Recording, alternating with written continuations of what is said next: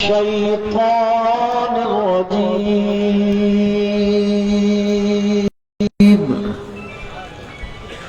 بسم الله الرحمن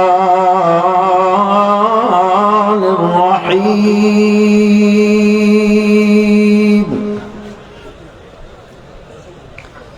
يا أيها الناس قد جاءتكم موعظة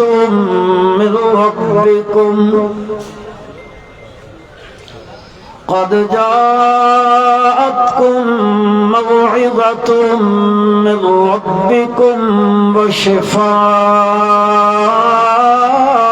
لما في الصدور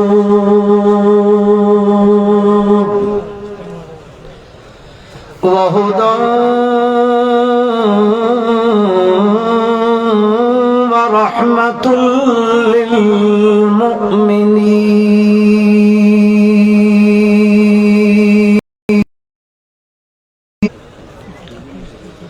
اللهم صل على محمد وعلى آل محمد كما صليت على إبراهيم وعلى آل إبراهيم إنك حميد مجيد. إنك حميد مجيد.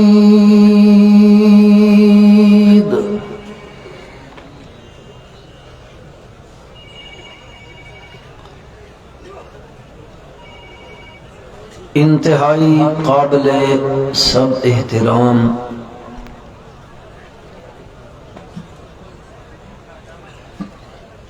معزز و محترم حضرات علماء کرام،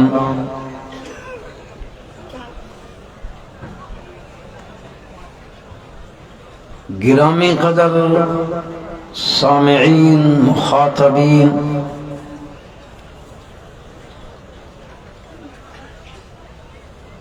فرزندان توحید،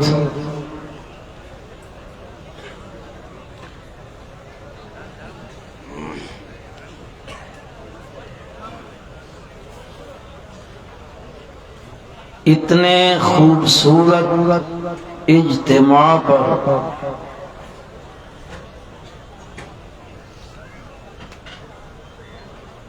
اور اتنی بڑی حاضری پر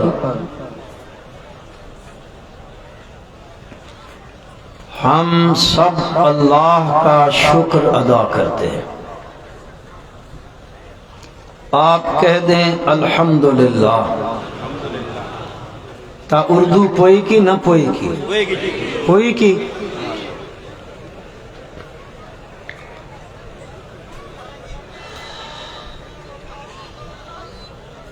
وقت چونکہ بہت مختصر ہے،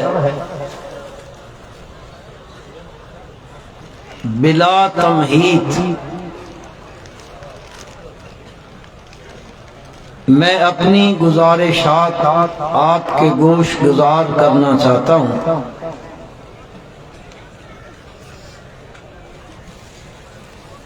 قرآن مقدس میں پروردگار عالم نے ارشاد فرمایا، ان الانسان لفی خسر.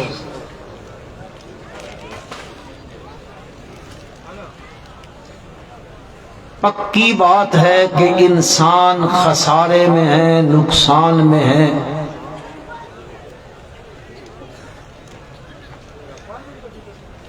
بیمار ہیں،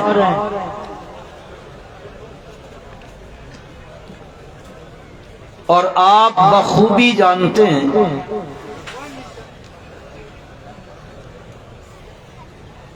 بندہ بیمار ہو جائے تو اس بندے کو ڈاکٹر کے پاس لے جاتے ہیں، اور ڈاکٹر صاحب اس کو چیک کرنے کے بعد اس کے ٹیسٹ کرواتے ہیں.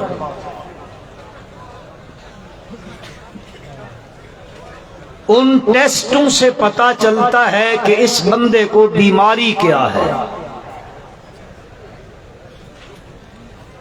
جب تک ٹیسٹ نہیں ہوتا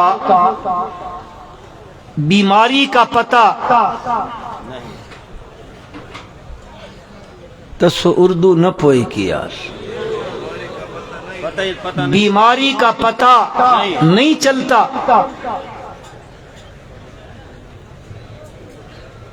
علاج تب ممکن ہوتا ہے جب بیماری کا پتہ چل جائے، مرض کا پتہ چل جائے۔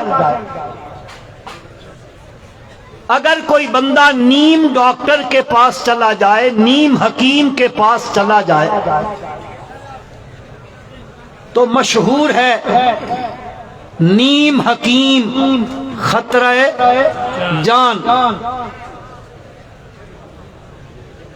اگر یہ جو مٹی کا وجود ہے اس کی بیماری بندے کو لگ جائے تو وہ نیم حکیم کے پاس جائے تو اس کی جان کا خطرہ ہوتا ہے۔ مسلمانوں، جس طرح یہ جسم بیمار ہوتا ہے اس طرح روح بھی بیمار ہوتی ہے۔ یہ بیمار ہوتا ہے، نزلہ لگ جائے، فلو ہو جائے، ذیابیطس ہو جائے، بلڈ پریشر کا مسئلہ ہو جائے، یہ بیمار ہونے لگتا ہے۔ اور جب یہ بیمار ہوتا ہے تو اس کا علاج ہسپتالوں میں کیا جاتا ہے۔ اسی طرح روح بندے کی بیمار ہو جاتی ہے، اور روح جو بیمار ہوتی ہے اس کو نزلہ زکام نہیں لگتا، روح بیمار ہوتی ہے شرک کرنے سے، کفر کرنے سے، بدعات کرنے سے، رسومات کرنے سے، غیروں کو نفع نقصان کا مالک سمجھنے سے انسان کی روح بیمار ہو جاتی ہے۔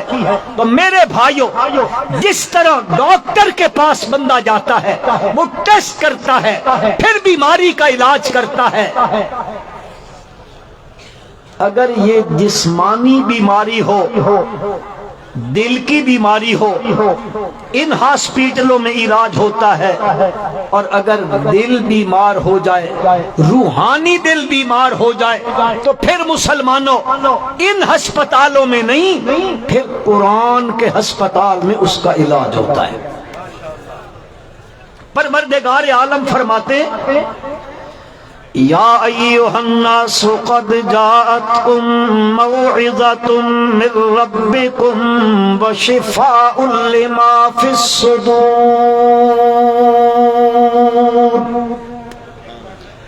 اے انسانوں، اعلان کون کر رہا ہے؟ پزورا ویا کانا یار، اعلان کون کر رہا ہے؟ یا ایھا الناس، اے انسانوں، عرب کے ہو، عجم کے ہو، کالے ہو، گورے ہو، آگے تھوڑا سا کہہ دوں، پنجابی ہو، بولو بولو، پنجابی ہو، پٹھان ہو، عربی ہو، عجمی ہو، کون سی بولی والے ہو، کون سی رنگت والے ہو، ایھا الناس قد جاءتکم موعظۃ من ربکم، پکی بات ہے، لا شک بات ہے، تمہارے پاس آ چکی ہے تمہارے رب کی طرف سے واعظ آ گیا، نصیحت آ گئی ہے، یاد دہانی آ گئی ہے، ہدایت نامہ آ گیا ہے، تم بنا لو۔ قد جاءتکم موعظۃ من ربکم وشفاء لما فی الصدور، دلوں کی بیماریوں کا علاج آ گیا ہے، دل بیمار ہو گیا ہے، علاج آ گیا ہے۔ خلقہ من تراب، مٹی سے بنایا، اور پھر چونکہ ہم ان کی اولاد ہیں، ہمارا مادہ بھی بظاہر جو نظر آ رہا ہے نطفہ ہے، ٹھیک ہے، لیکن یہ نطفہ ہمارا مادہ قریب ہے اور مادہ بعید مٹی ہی ہے، تو گویا اس جسم کو اللہ نے مٹی سے بنایا، اس جسم کی غذا بھی اللہ نے مٹی سے پیدا کی ہے۔ یہ جسم جن چیزوں کی غذا سے پرورش پاتا ہے وہ ساری چیزیں رب ذوالجلال نے مٹی سے پیدا کی ہیں۔ جسم نیچے کا، غذا بھی نیچے کی، اور روح کہاں سے آئی ہے؟ قل الروح من امر ربی، روح اوپر سے آئی ہے، جسم نیچے کا، غذا بھی نیچے کی، اور روح اوپر سے آیا، تو غذا بھی میرے رب نے کہاں سے بھیجی ہے؟ کون سی غذا ہے روح کی؟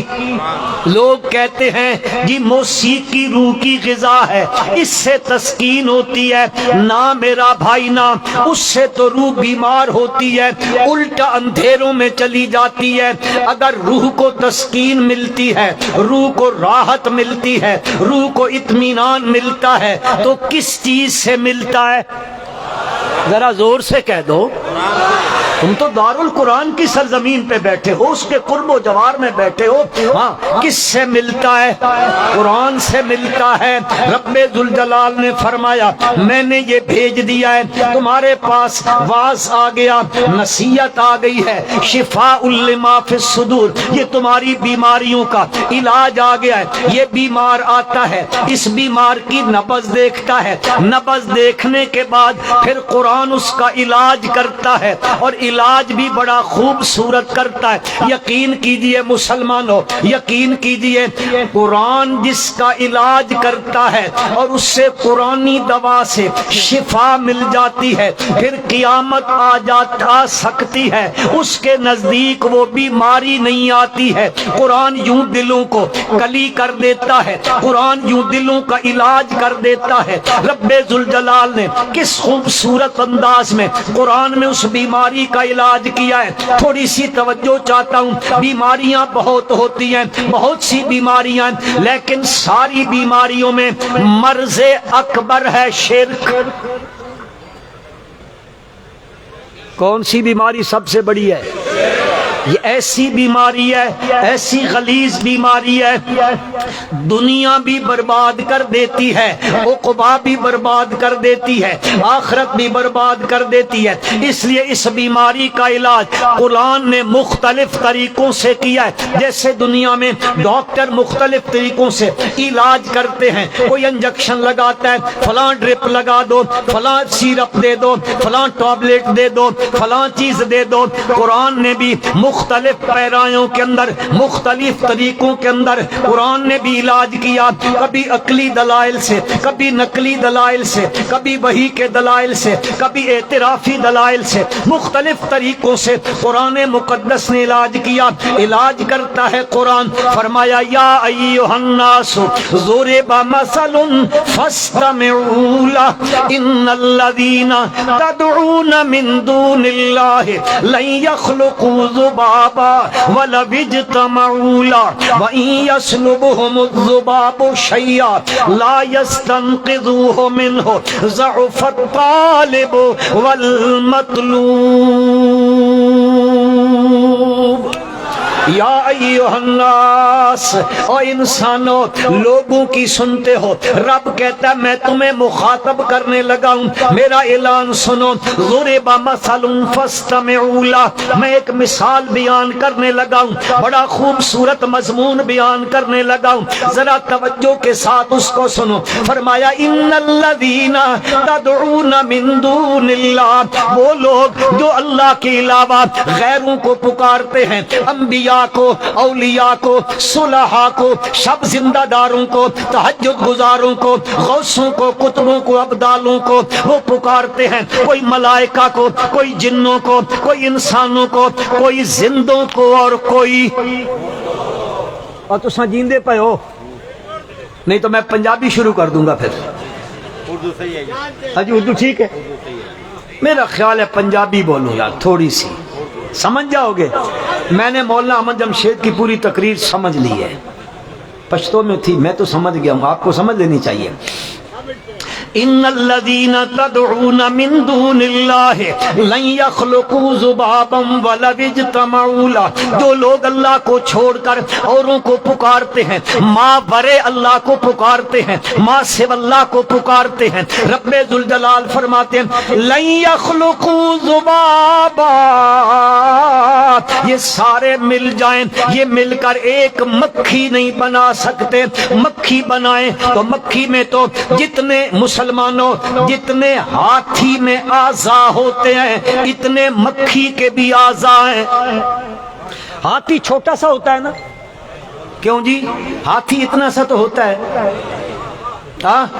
ہٹ دے.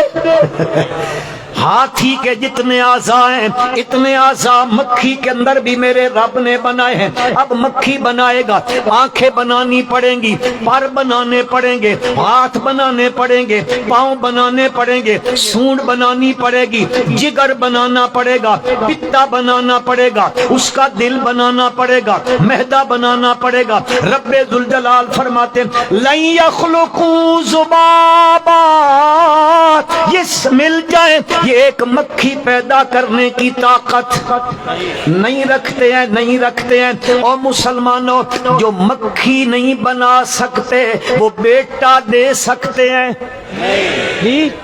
وہ دے دیتے ہیں نا. ہاں بیٹا، وہ ملک تھا، ملک آپ کیا ملک ہوتے ہیں؟ ہوتے ہیں.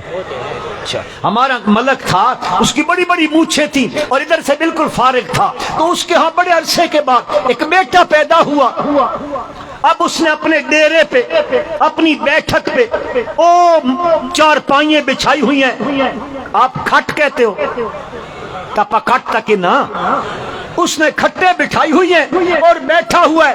لوگ آ رہے ہیں، گاؤں کے لوگ، علاقے کے لوگ، ملک صاحب مبارک ہو، ملک صاحب مبارک ہو، ملک صاحب مبارک ہو.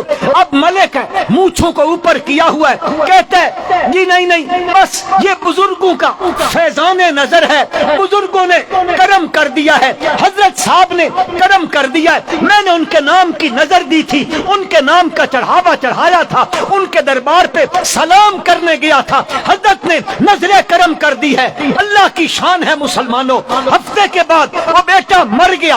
اب مونچھیں نیچے، پہلے کھٹ سیدھی تھی، اب کھٹ الٹی.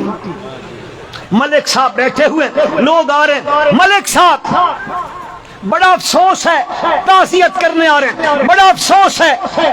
اب مونچھیں نیچے ہیں، سر نیچے ہے. کیا کہتا ہے؟ بس جی اللہ دی مرضی. کیا ہے؟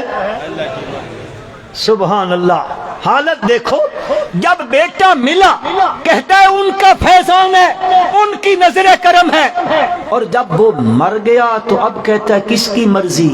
اللہ کی مرضی. دوسرے لفظوں میں وہ ظالم یہ کہہ رہا ہے یہ دیتے ہیں اور وہ مار دیتا ہے. شکوہ کر رہا اللہ کا. لن یخلقوا ذبابا ولو اجتمعوا له، یہ سارے اکٹھے جمع ہو جائیں، غٹر اون کرنے لگ جائیں، سارے اکٹھے ہو جائیں، چلے کاٹنے لگ جائیں، سارے اکٹھے ہو جائیں، ایک ٹانگ پہ کھڑے ہو کر 40 راتیں کھڑے رہیں، یا کنویں میں ایک کچی، وہ ہماری پنجابی میں کہتے ہیں دھاگا، جب ایک تو پکا ہوتا ہے نا، کچا دھاگا ہوتا ہے. آپ میں سے بہت سے بزرگوں نے دیکھا ہوگا پرانے دور میں، ہماری میں چرانے لوگوں سے کہہ رہا ہوں، نئے تو اس والے ہیں، ان کو کیا پتا، داتا سے خبر دے. تو اس میں وہ جو دھاگا نکل کو کچا دھاگا کہتے ہیں، وہ کسی باندھو تو وہ اس میں طاقت نہیں ہوتی ہے، تو وہ کہتے ہیں او جی کچی تاند دینا کے سامنے جو کچھ پڑا ہوا ہو اس میں سے کوئی چیز لے جائے، چپ شکانا ٹولو، وہ مکھی لے جائے.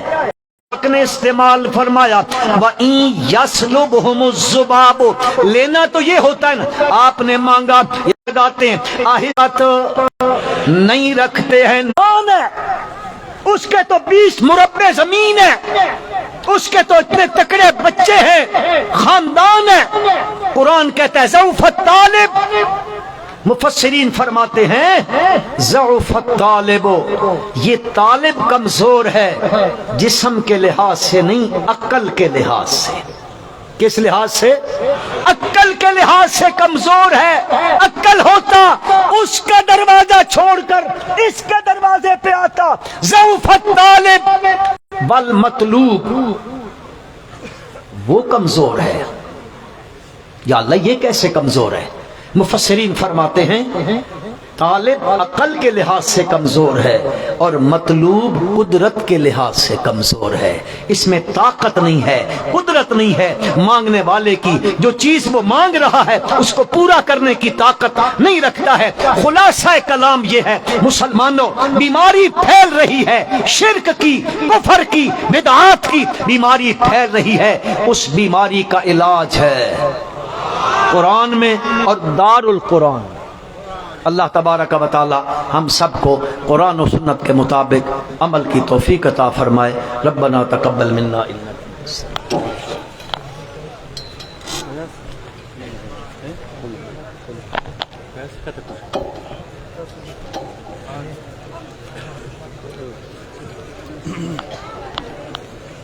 دیوانی بنا شرکوں کا